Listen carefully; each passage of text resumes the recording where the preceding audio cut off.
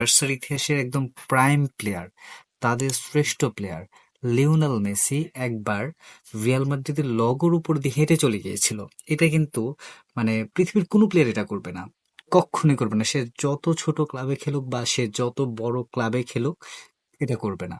Others ক্লাবের লগোকে সবসময় সে avoid করবে। এরকম অনেক অনেক এক্সাম্পল আমাদের কাছে আছে। কিন্তু বার্সার যে প্লেয়ার, এদের মেন্টালিটিতে সমস্যা। এরা না জিততে না জিততে অন্যদের রেসপেক্ট কিভাবে করতে হয় এই জিনিসটা ভুলে যায়। এরা ভুলে যায় যে আমরা জিততে পারতেছি না, ওকে আমরা পারতেছি না, আমরা খেলতে পারতেছি না, কিন্তু we have to show some respect, minimum respect to other clubs. এটা ওরা পারে না, ওইটা নিতেই পারে না। ওদের ওদের একটা আলাদা লেভেলের জেলাসি আছে।